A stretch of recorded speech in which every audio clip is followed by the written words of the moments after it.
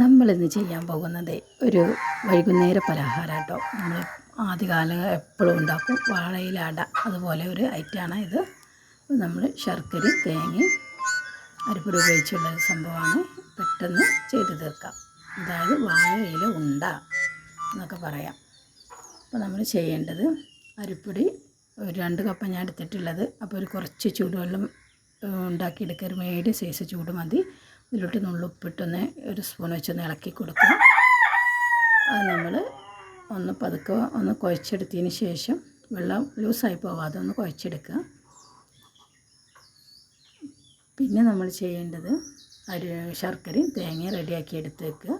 പിന്നെ നമ്മൾ ചെയ്യേണ്ടത് വാഴയില ഒരു മുറിച്ച് കൊണ്ടുവന്ന് അതൊന്ന് കഴുകി നല്ല കഷ്ണങ്ങളാക്കി എടുക്കുക.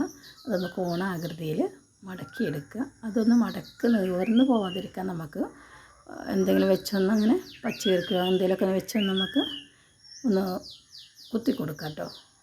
അപ്പോൾ അത് അവിടെ അങ്ങനെ നിൽക്കും. പിന്നെ നമ്മൾ ചെയ്യേണ്ട ആദ്യം അരിപ്പൊടി ഇട്ട് കൊടുക്കുക. അതിന് മേലെ തേങ്ങയും ശർക്കര ഇടുക. വീണ്ടും അരിപ്പൊടി ഇട്ട് കൊടുക്കുക. വലിയ കുമ്പിളാണെങ്കിൽ ഒന്നുകൂടി അതുപോലെ തന്നെ ചെയ്യുക. ചെറിയ കുമ്പിളാണ് കാണാൻ ഭംഗി. അതിലാവുമ്പോൾ മക്കൾക്ക് കഴിക്കാനും ഇഷ്ടമാവും. പാകത്തെ വലിപ്പമല്ലേ ഉണ്ടാവുള്ളൂ, കാണാനും ഒരു ഭംഗി ഉണ്ടാവും കേട്ടോ.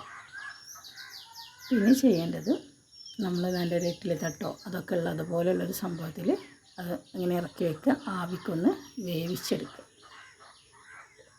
ഒരു 10 മിനിറ്റ് 5 മതി. അപ്പോഴൊക്കെ ഞാൻ വെന്ത് കിട്ടും.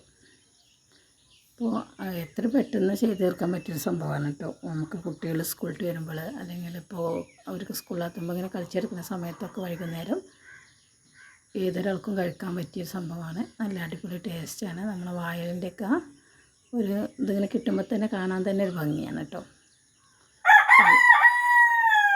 ഇഷ്ടമാവുകയാണെങ്കിൽ എല്ലാവരും ഒന്ന് ലൈക്ക് അടിക്കാൻ മറക്കല്ലേ.